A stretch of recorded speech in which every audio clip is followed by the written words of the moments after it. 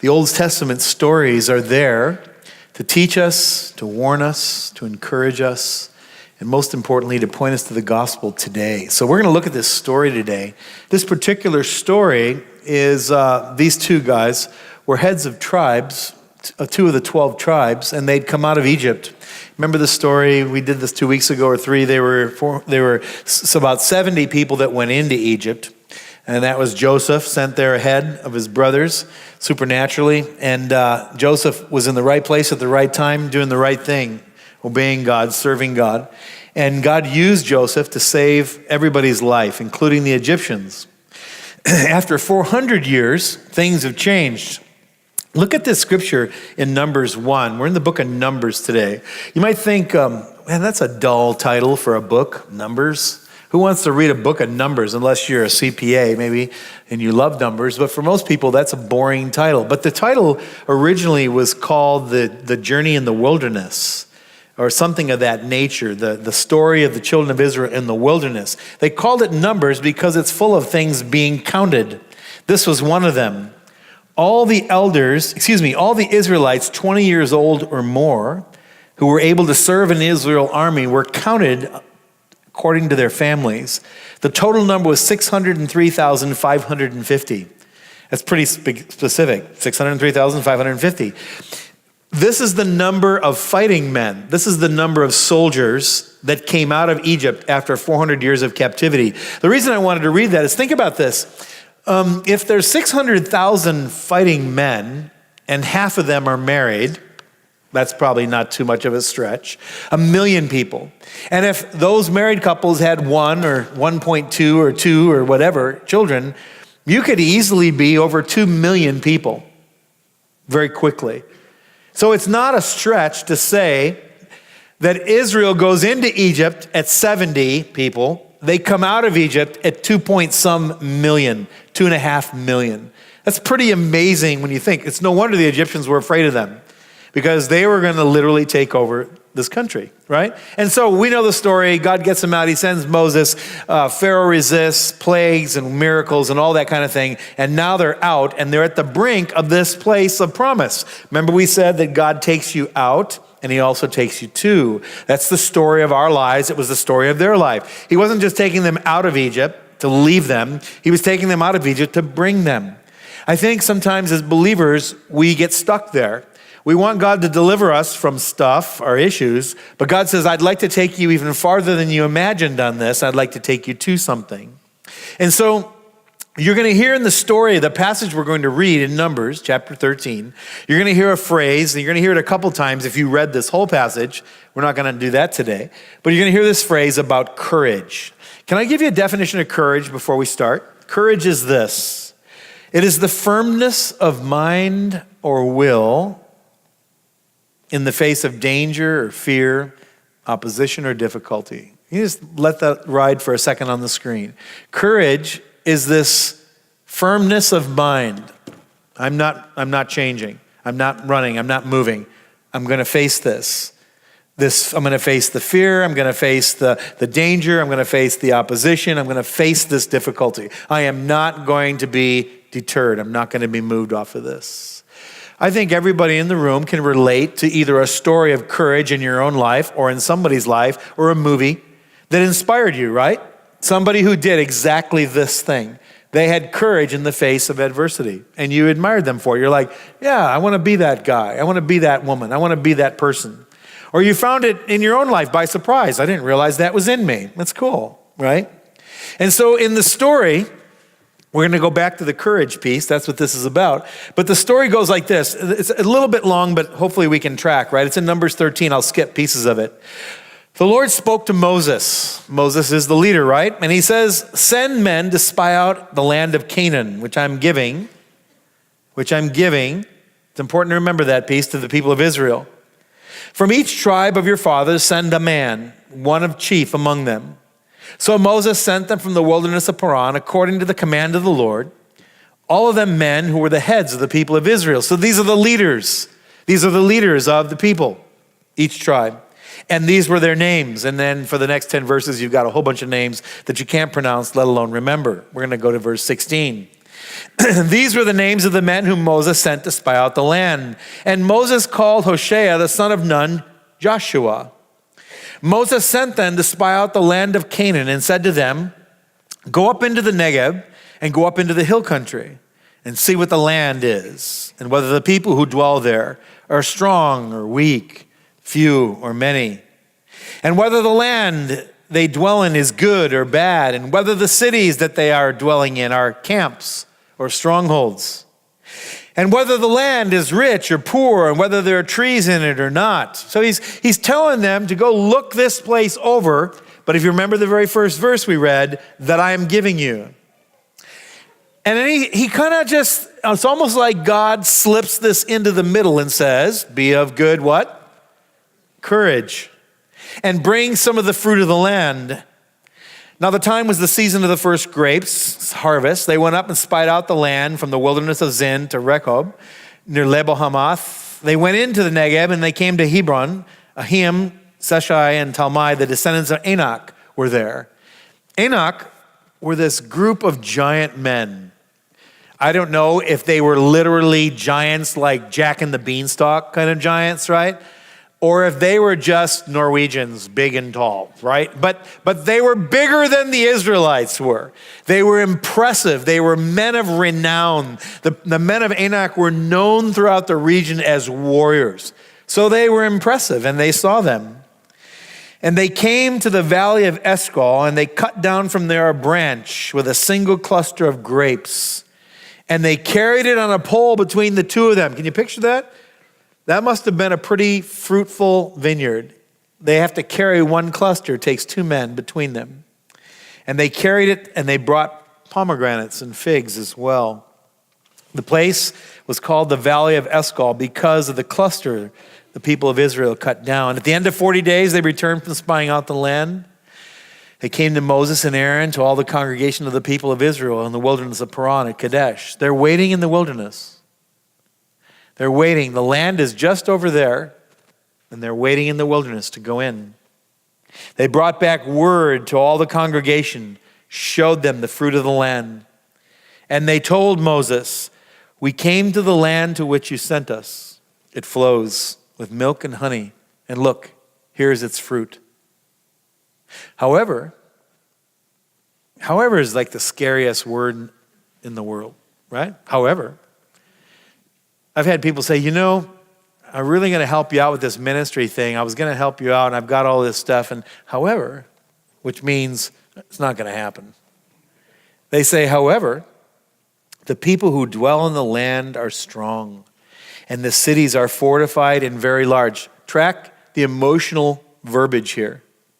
And besides, we saw the descendants of Anak there. These are the giants.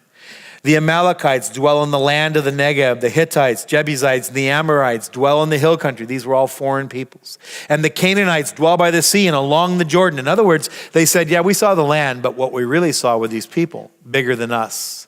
Now, it's interesting, right about here, Caleb is going to jump into the conversation. Caleb senses something is about to go sideways in all this. You think about it, these 12 guys, it's like this is before the time of, I'm going to post what I saw on Facebook and everybody can read it at once. These 12 guys are talking to 2 million plus people. They're bringing the report to Moses, and then from Moses it's going to the 12 spies, from the 12 spies to the immediate families. And so the word is rippling through the camp. It must have taken a while to get the word out.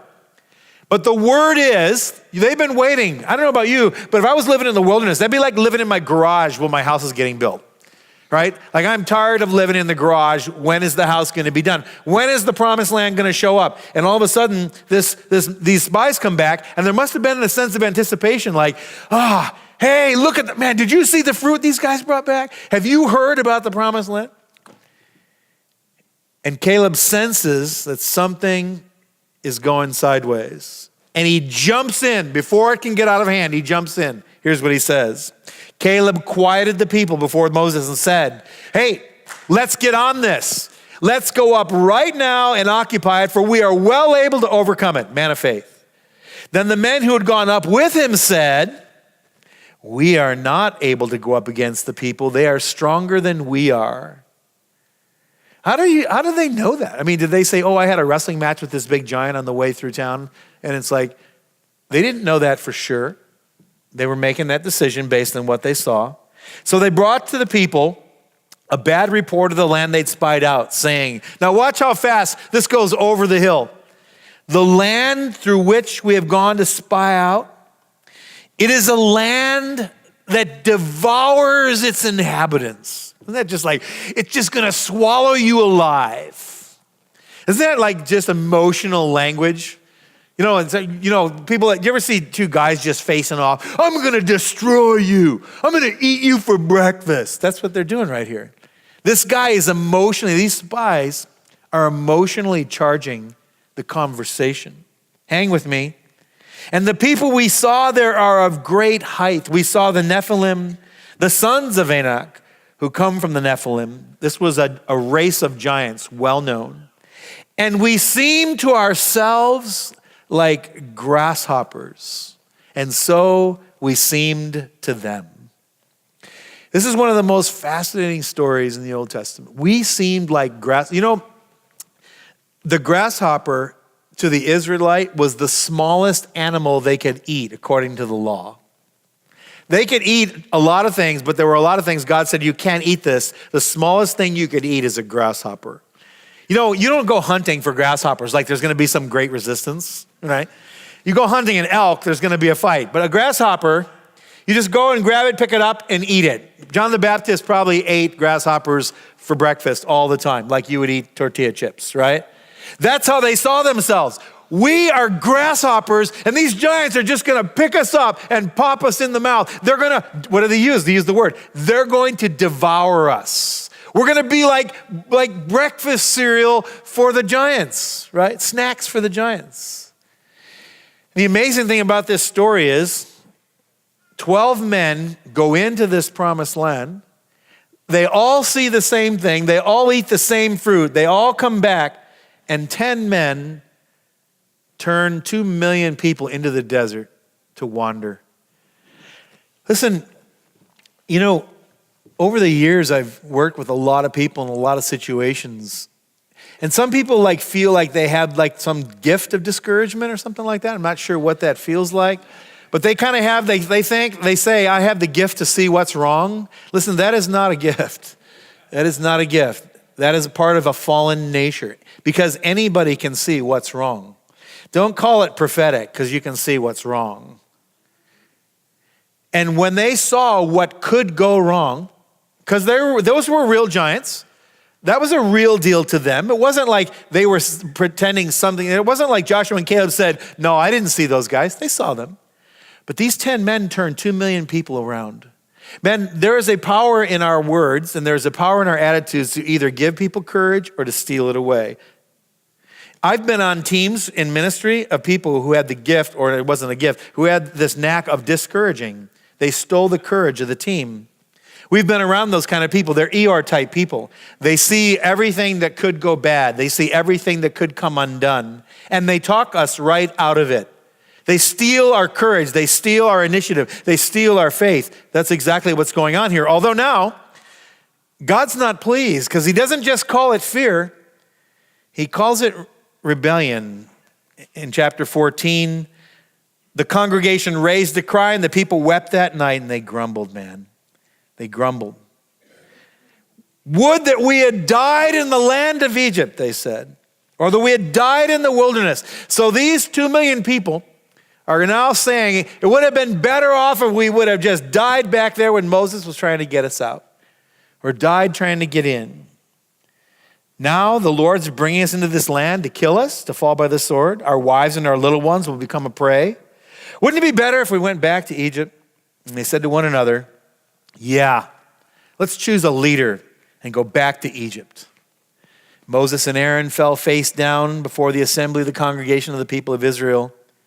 And Joshua, the son of Nun, and Caleb, they were among those who had spied out the land. They tore their clothes. It was a sign of, I am serious here. In the Old Testament, when a priest or someone would tear their clothes, it was like this statement of, this goes to the very heart of my being. They would rip their clothes open in mourning. Joshua and Caleb smell something coming that is not good. And they said to the congregation of the people of Israel, the land which we passed out to spy is an exceedingly good land. And if the Lord delights in us, he will bring us into that land that flows with milk and honey. Only do not rebel against the Lord. Do not fear the people of the land. Interesting now, he flips the metaphor. You said we're grasshoppers to them. I tell you, they're bread for us. We're going to eat them alive. He said, their protection is removed from them, and the Lord is with us. So this wasn't like this statement of bravado. Oh yeah, you think you're going to eat us? Well, we're going to eat you. No. He ties it, he anchors it in God. He says, no, if the Lord is for us, we'll overcome this. Do not fear them. And all the congregation said, actually, we're going to stone you to death. Leadership, a rebellion, I've been a part of teams where rebellion has crept in. I've been a part of churches where rebellion has crept in. And you know what I've observed over the years? That rebellion is oftentimes a leadership gift gone bad. It's a leadership gift that has been contaminated with fear. Because these 10 men were leaders. He didn't just pick anybody to go spy out the land. He picked the leaders to go, the men to go spy out the land. And these 10 men continued to lead. The only unfortunate part is they were leading 2 million people away from God's purposes rather than towards God's purposes. Rebels love company. No one starts a rebellion on their own because that's no fun. You know what? I'm just going to rebel. Well, rebels love a company. And so that's what they got. They led the people away from God's purposes. The Bible would describe their hearts as melting with fear. You know what's interesting is the word, this is a side note, little side rant. The word courage in the original language, both in the Latin and in the Hebrew, come from a similar word that speaks, it's like a synonym for your heart.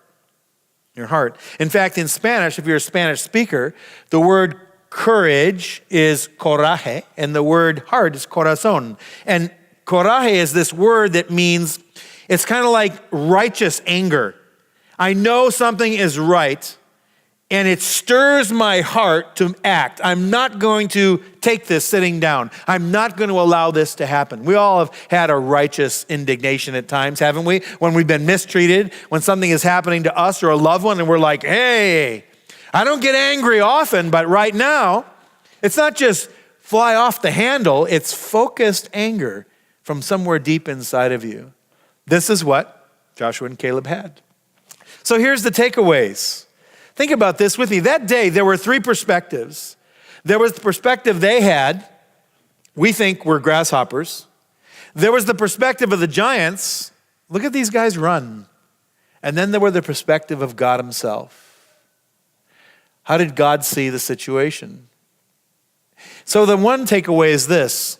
This is an obvious one. This is an easy one. But the courage of the crowd is usually not. The courage of the crowd is usually not courage at all. If you look to the crowd to find your courage, most often what you're going to be a part of is groupthink. You know what groupthink is? Groupthink is like peer pressure. You know, peer pressure, your parents probably talk to you about, don't let your peers influence your thinking. Good luck with that when you're a teenager, right?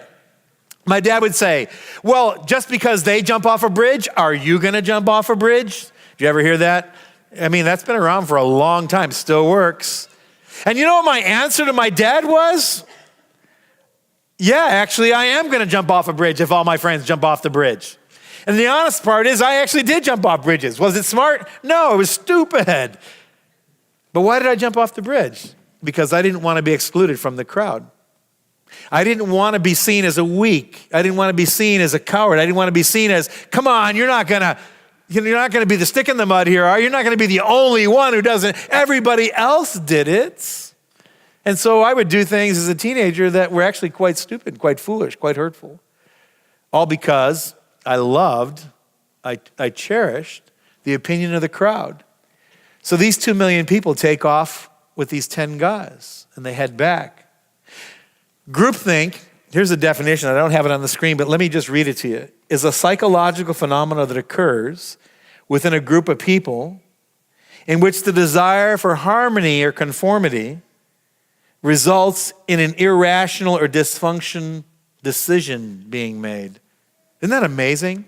The desire for harmony, let's just keep the peace, or the desire for conformity, let's just all agree on this, actually results in decision making that is dysfunctional or even destructive. That's called groupthink. Our culture today is ruled by groupthink.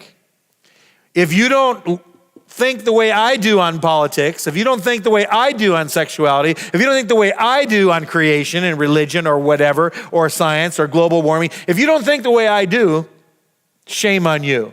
We're going to shame you, right? We're going to dislike you. We're going to out you. We're going to put you out there for all the world to pile on you. God forbid that someone would speak up and say something that went against the flow of groupthink. But this is the power, man, of this culture. You know, sin is sin, no matter what the sin is. It doesn't matter. Sin is as old as dirt. People have been sinning for thousands of years. But sin is formed in the particular culture that it's shaped by. So the sins of our culture today have been shaped by the culture itself. Rebellion has always been rebellion, but it looks different today. Its form is different because of the culture that it's been nurtured in. Why do I say that? Their rebellion, track with me, their rebellion in going back to Egypt was rooted in fear. Where had they lived for 400 years? In fear. For 400 years, they had lived in fear of Pharaoh and the Egyptians. They had been grasshoppers. Life was cheap in Egypt. If you didn't perform, any rebellion in Egypt, like a grasshopper, they could just flick you off the face of the earth. I mean, Pharaoh was throwing baby boys into the Nile. Just throw them into the water. So 400 years of culture had shaped them so that when a time came to follow and obey and go against the flow, they went back to fear. They reverted back to what they'd known. Listen, culture's powerful stuff, man. Culture shapes the way we think, or it wants to shape the way we think. So, you know, you would think they would have stopped and thought. Let's see. Just imagine, Caleb and Joshua are trying to stop. Let's see, who heard our cry for deliverance out of Egypt? Oh, Yahweh did. Who sent Moses to lead us out and deliver us? Yahweh did. Who opened the Red Sea where we were at the brink and the Egyptian army was about to get us? Yahweh did. When we were out of food in the middle of the wilderness, who rained down heaven from out of nowhere and kept us alive with bread from heaven? Yahweh did. When we ran out of water and Miriam struck the rock and water came out of a rock, randomest thing in the world, who did that? Yahweh did. And you would think they would have remembered all that, but they didn't. Their fear consumed them and sent them back. Memory is an important thing, man.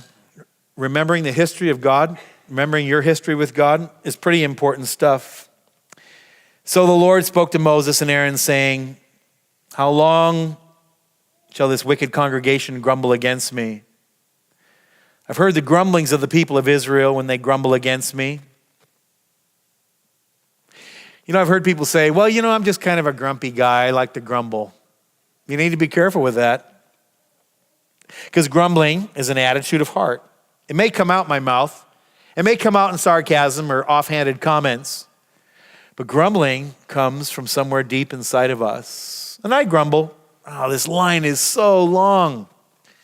Oh, does that guy know how to drive or what? Where'd you get your license? Is it ever going to stop raining in Oregon? I catch myself grumbling. But they weren't grumbling about weather or food. They were grumbling about how they perceived they were being treated by God. And God took the grumbling rather seriously. He says, as I live, declares the Lord, what you have said in my hearing, I will do. I'll let you do it.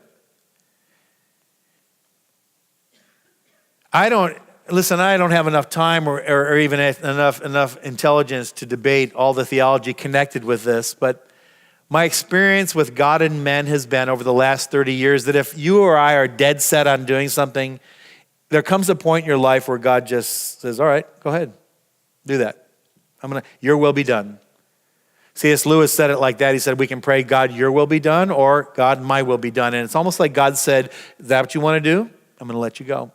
Head back. Not one of you, however, 20 years and above, who have grumbled against me, shall enter the land that I swore. Your bodies will fall in the wilderness. Only Caleb the son of Jephunneh and Joshua the son of Nun. But your little ones, who you said would become a prey, I'll bring those in, and they will know the land that you have rejected.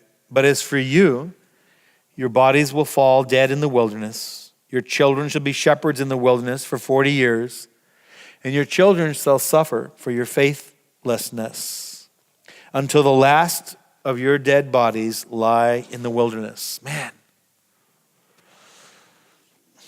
Not only were they not going to see it, but their descendants, their children whom they loved, would now bear some of the weight of the sins of the fathers and hang around for 40 years. I want to read there's a quote I want to put up, kind of coming in for a landing here. This quote is by a guy named John Bloom. He writes this: courage is not an autonomous, self-generated virtue.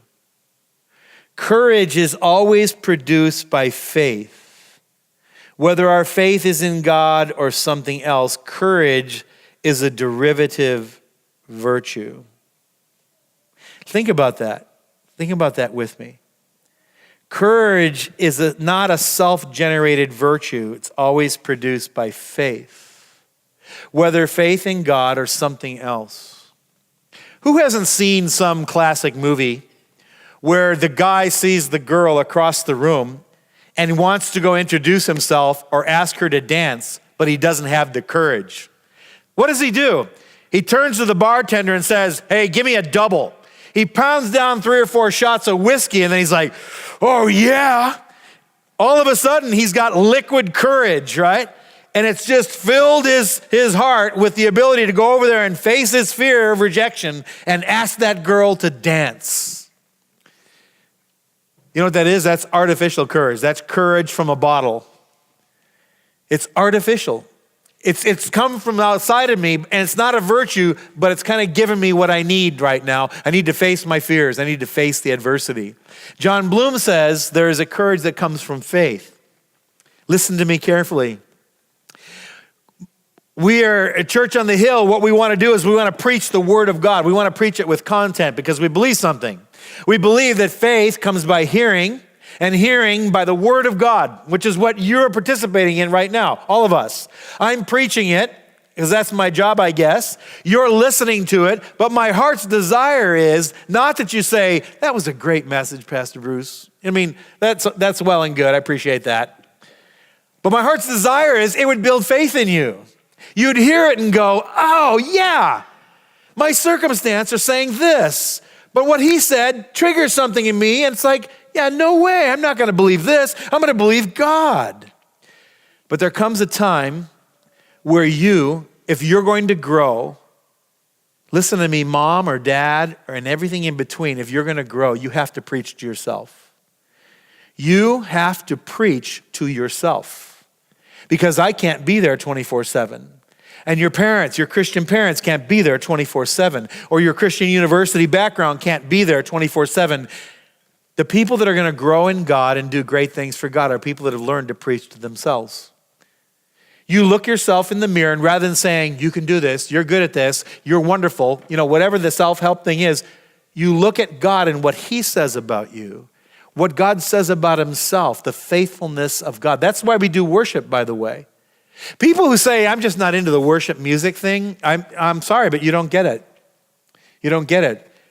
Or I don't even feel like this today. Yeah. Well, I don't think they felt like taking on the giants, but a lot was at stake. As men sometimes, I don't feel very courageous in the morning. I don't feel very courageous after a setback. But sometimes you have to face that stuff and choose, like the definition, to go on in spite of adversity because there's a lot at stake. People you love, destinies that are very important. So that brings me to the second one, is it matters big time where your homepage is set.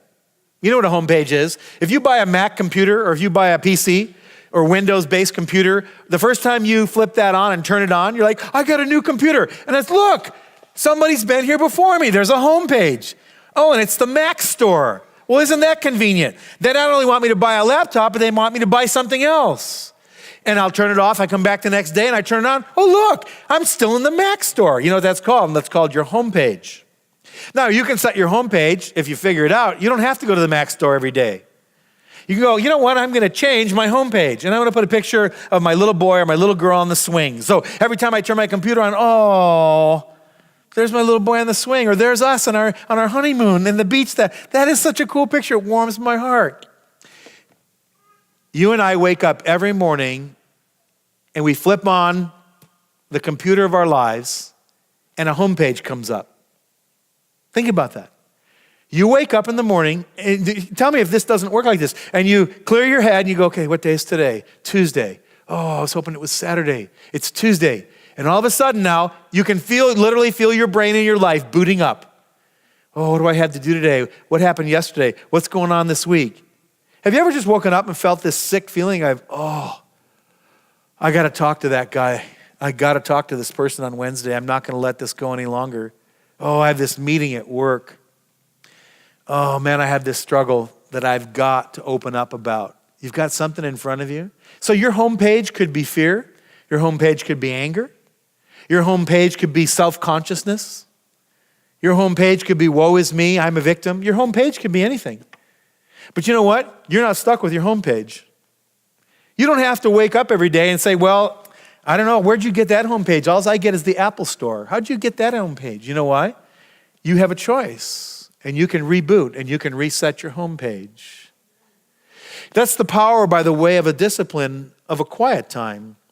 A quiet time in the morning, even if it's 5 minutes long, even if it's 3 minutes long, actually resets your homepage.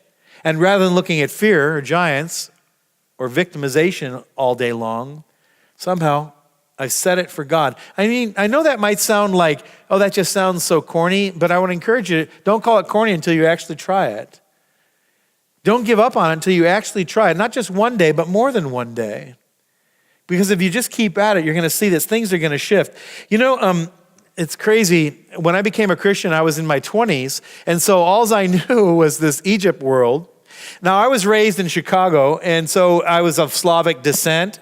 My grandparents were immigrants from the Czech Republic, Slovenia, those places. And so to be Catholic was to be Slavic, and to be Slavic was to be Catholic. I didn't choose it. It was kind of like someone asked you, that's what you were, right? Stefanik, right? Catholic, yeah.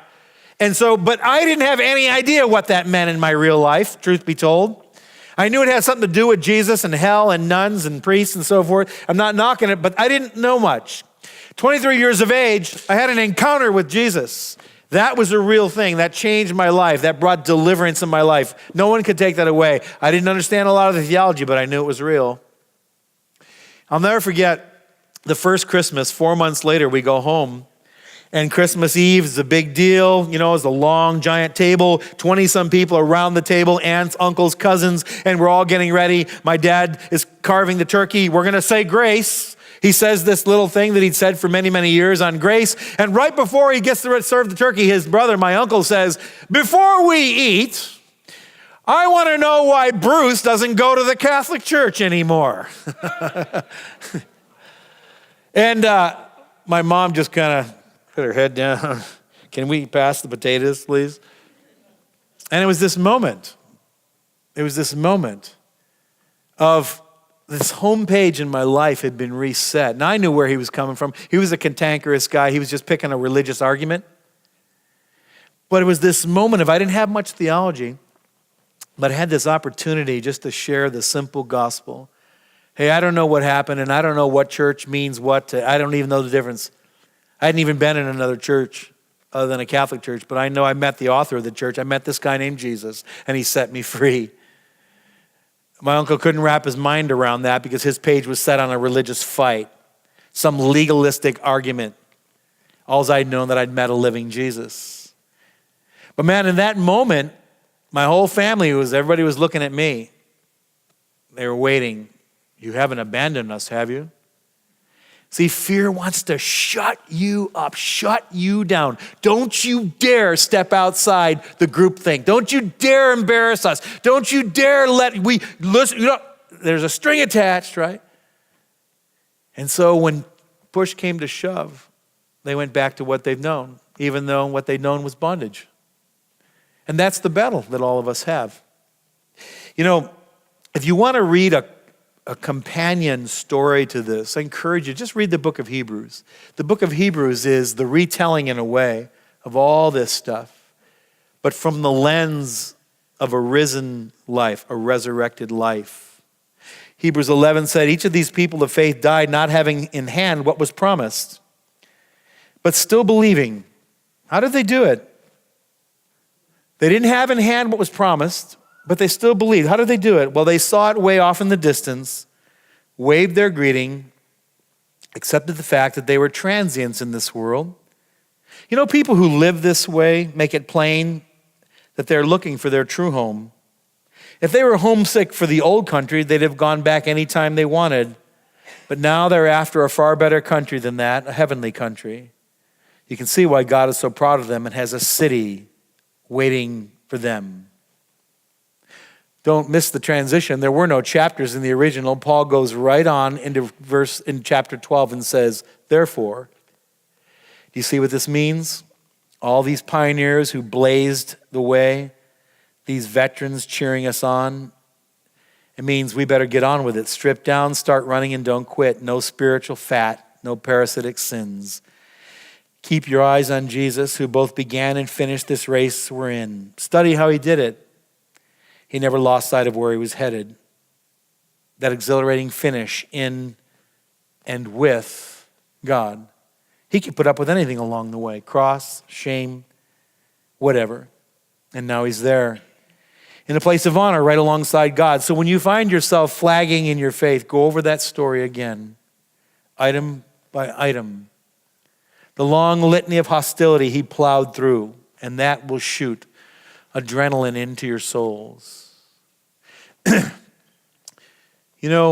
This was a turning point in their lives, and a lot of them didn't survive. Some of us have had tragedy in our lives that knocked us off the horse for months or years, or maybe we have never gotten back on even now. A very good friend of mine who pastors in this city found out just a couple months ago. He's 40 years old. Look at him, he's a picture of health. He went into the doctor after some pain and found out that he has stage 4 cancer. And the doctor said, I'll give you a 30% chance you make it to Christmas. He said it kindly, but he had to tell him the truth. 30% chance you're going to make it to Christmas. Senior pastor of a large church, wife and children. He said, Bruce, my world stopped. And the question I asked myself is, will my faith carry the day in this? Will my faith carry the day? It's easy to say I have courage if I don't really need it. Oh, I'm really a courageous guy. Or I'm a courageous woman. But courage isn't courage until it's really tested. And God doesn't test our faith for no reason. He doesn't just test us to see us squirm. He tests us to winnow out what we believe, so that in a moment of testing, our courage is found to be tried and true and trustworthy. And it's not courage in courage or faith in faith. It's I have courage because I'm connected to something much bigger. That's actually the last one, is that, listen, courage comes from God for us. Courage comes from God for us. A wise missionary, this guy in my early years of ministry, said one time to me something that I wrote down as soon as I left. I wrote it down in my Bible. It's still in the back pages of my Bible that I've had all these years. He said, Bruce, the devil knows he's defeated, but he hopes and trusts that you're going to give up first. That's worth taking home. Because our enemy is a bluffer. He's a shouter. He's a liar. Jesus said he's the father of lies. He can only take away what I give up. And so what they gave up, he didn't come in and say, you're not going in the promised land. Give me that. He bluffed him. He said, you're never going to do this. You're grasshoppers. They're going to devour you. Give it up. And they did. They gave it up. They gave up their destiny, but they also gave up 40 years of their kids' lives. Man, there's a lot at stake here. There is a ton at stake here. I want to say it again. There is a ton that is at stake here. It's not just you and I. It's those who will come behind us. So courage comes from God for us. Remember the words of Joshua? Hey, if the Lord is pleased with us, he's going to bring us in. Joshua knew where the power lay. Joshua knew this is about grace. Hey, all the strength in the world isn't going to get you in there. All the good ideas in the world, all the good works in the world aren't going to defeat those giants. God's going to defeat them for you. All you have to do is follow. In fact, another portion of Scripture says that God left them in the land to teach them how to fight. I think it was Mark Twain said, it's not the size of the dog in the fight, it's the size of the fight in the dog. I don't know about you, but in my natural strength, I'm full of self-consciousness. I am really aware. If you want a list of my weaknesses, believe me, I know what they are. I can give them to you after the service if you'd like. And sometimes those weaknesses shout at me. Sometimes those weaknesses play on my emotions. Who do you think you are? Who do you think? You really think that? My failures cause me to doubt myself. You know, you don't deserve this. But you see, it's not about who we are. It's not about how strong or good or righteous or religious or knowledgeable we are. It's about a God outside of us. That's where real faith and courage comes from. I'm not trusting in me. I'm trusting in the God who called me from the beginning. You know, to take this out of the story realm and into the practical, and think about this. Courage is found in our everyday lives. That's the last part. So what does that mean? You know where I've observed courage is, I haven't observed it in a battlefield in a jungle somewhere. But I've seen courage and I know when I see it. Courage is admitting I'm wrong. Courage is found in these words. Will you forgive me? Oftentimes in a marital conflict, I see people who are trying to drum up false courage. Well, I know I've really wronged you, and I know you're really angry at me, and I know we're falling apart right now, but can I build you a garden shed and everything will just be fine? Because I got enough courage to build a garden shed. I'm going to build you the best garden shed you've ever had. That's not what she needs right now. You know what's going to heal this right now is humility that's going to breed grace, that's going to breed true forgiveness and a change of heart. But that takes a whole different level of courage that cannot be produced in just the human realm. Courage is asking for help. Guys, we hate maps. We hate doctors. We don't do this. We don't ask for help because we're men. Courage, real courage, is saying, I can't do this on my own, man. Would you help me? Courage is admitting when I'm broken. Courage is getting back up when you've been knocked down. Courage is this facing, this thing is not going to end my life. This thing is going to make me better. I have a little insight. I love boxing movies because I love this guy that just will not quit. He will take blow after blow, but he gets back up when that bell goes off. You see in the picture, he's in the corner, he's beat to a pulp, and he's just sweating, and the coach is wiping him off, and then the bell rings, and he's like, back up. He's like, idiot, stay down. He's like, no, I'm getting back up. Courage is loving again after your heart has been shredded by divorce. Courage is trusting again after you've trusted and been let down. Courage is trying again after you tried and were not rewarded, but you got punished. Courage is giving again and being generous, even when the last time around didn't work out the way you'd hoped when you gave. All that stuff takes courage, man. It blows me away to see men and women who will take great risks for earthly reward. I'm going to start this business. I may go bankrupt, but I'm going to take the risk because I want to be a millionaire. I'm going to make it. And they'll take incredible risks. What about the risk, the courage to risk for the kingdom of God?